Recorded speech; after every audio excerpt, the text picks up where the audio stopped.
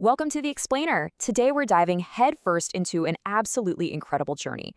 We're going to trace how abstract, high-concept cyberpunk theories literally collided with 1990s law enforcement and somehow ended up birthing a modern spiritual movement.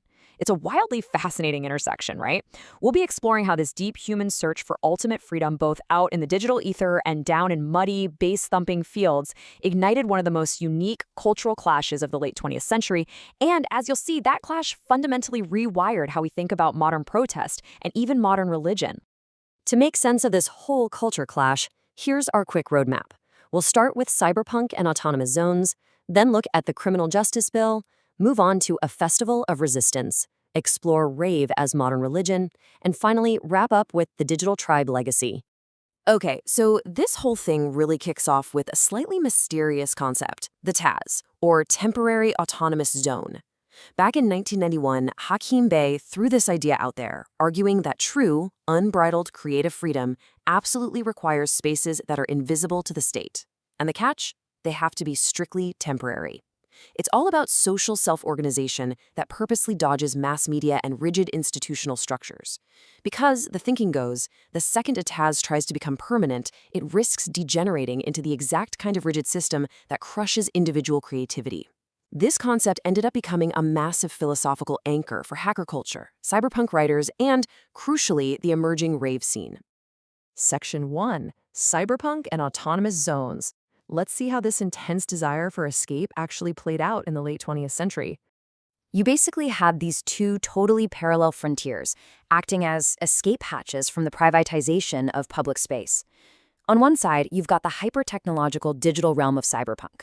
Think of what author William Gibson famously dubbed cyberspace, this consensual hallucination where people could completely leave their physical bodies, or the meat, behind, to interact with avatars and data matrices. But then, on the flip side, you have the intensely physical, primal world of the rave. Both are direct reactions to public space shrinking under late capitalism. But while cyberpunk wanted a disembodied retreat into digital networks, the rave movement wanted to physically reclaim warehouses, forests, and fields to foster real, face-to-face empathetic connections. Different approaches, sure, but both were actively functioning as temporary autonomous zones. Section 2. The Criminal Justice Bill. Because as you can probably guess, when thousands of young people start creating physical autonomous zones, they inevitably crash right into the reality of the state. And wow, did things escalate fast. It all really started boiling over in May 1992 at the Castle Morton Common Festival. What was supposed to be just a small gathering totally blew up, unexpectedly swelling to somewhere between 20,000 and 40,000 ravers and travelers. They essentially built a massive, self-governing pop-up town.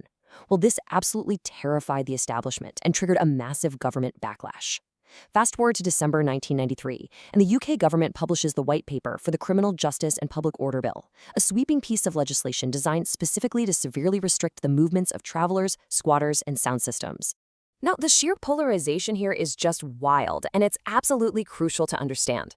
On one hand, conservative MPs and certain media outlets looked at these gatherings as chaotic, dangerous invasions. One politician even compared the festival to an invasion with the strength of 2 motorized army divisions, and the media was literally calling travelers human locusts. But if we look at the protesters and the organizers behind sound systems like Spiral Tribe, they felt they were bringing something of immense value to society. They saw themselves as defenders of a vital DIY culture, reclaiming common land, and actively experimenting with utopian, non-hierarchical ways of living together.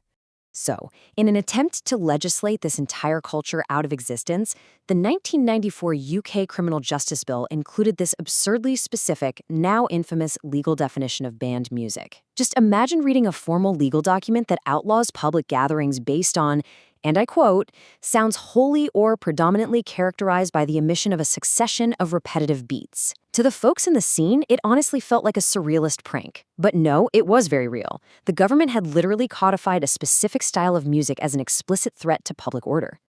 Section 3. A Festival of Resistance. Because attempting to ban repetitive beats inadvertently did something amazing. It united an oddball coalition of dance fans, squatters, and travelers straight against the government. During the May Day March of 1994, this newly formed coalition essentially took over central London. 20,000 people staged this cheerful, massive pageant, literally dancing from Hyde Park to Trafalgar Square to protest the bill. Their rallying cry? A massive banner that read, "They want to fight, we want to dance," which just perfectly captures their ethos. Yes, it was a political protest, but it was also just a massive party. Demonstrators actually took their clothes off and danced in the Trafalgar Square fountains. As one organizer brilliantly put it, because their music was being criticized, the music itself became the protest. But, as the actual passage of the legislation loomed closer, the vibe definitely darkened. By October 1994, that joyful, sunny pageant had evolved into a very tense final march of 100,000 people. The fluffy, nonviolent tactics of the summer were suddenly being replaced by what some anarchist groups called a spiky approach. When sound systems were physically blocked from entering Hyde Park, all that sheer frustration just boiled over. It culminated in a full-blown riot, complete with mounted police charges, smashed windows, and dozens of arrests. There's this firsthand quote from a protester that really hits the nail on the head regarding this shift. A lot of people went from quite naive, pacifistic, hippie-ish protesters to hardcore class war anarchists.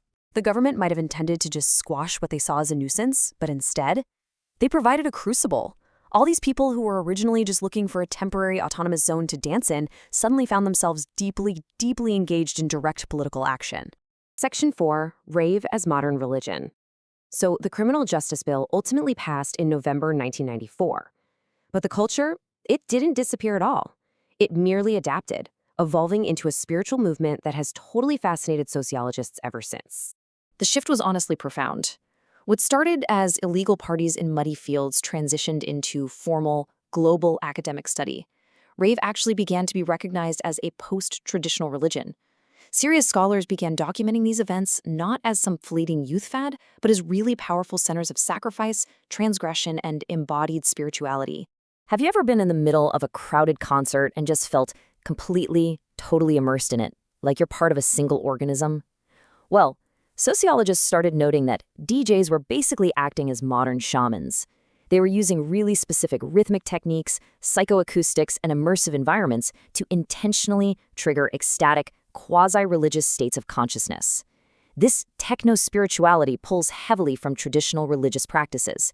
You see the gospel and Baptist influence bleeding into UK garage, the use of trance states, and even the exploration of psychoactive substances to create what some scholars call a new church or a techno-cosmic mass. It's that ancient, deeply human desire for communal transcendence, just updated with digital beats. Section 5, the digital tribe legacy. Finally, let's bring it all home and examine how the radicalized energy of that 1990s DIY culture flows straight into our world today. Because those veterans of the 1994 protests, they didn't just pack up and give up. They took their newly minted strategies of dissent and literally helped lay the groundwork for massive subsequent global movements. We can draw a direct line from those 1990s campfires straight to groups like Reclaim the Streets, the Occupy Movement, Extinction Rebellion, and Just Stop Oil. They pioneered the exact blueprint of the modern, decentralized, festival-style protest we see so often today. So considering how incredibly hyper-regulated our physical gatherings have become since those wild days in 1994, and seeing how fast state mechanisms can dismantle physical spaces of dissent today, I want to leave you with this provocative thought. If Hacking Bay was right, and we actually desperately need these invisible, temporary spaces to keep our creative freedom alive, where exactly do we build them now? As our physical world becomes entirely mapped out and surveilled, is cyberspace our very last temporary autonomous zone, or have we already lost that too? Thank you so much for exploring this with me today.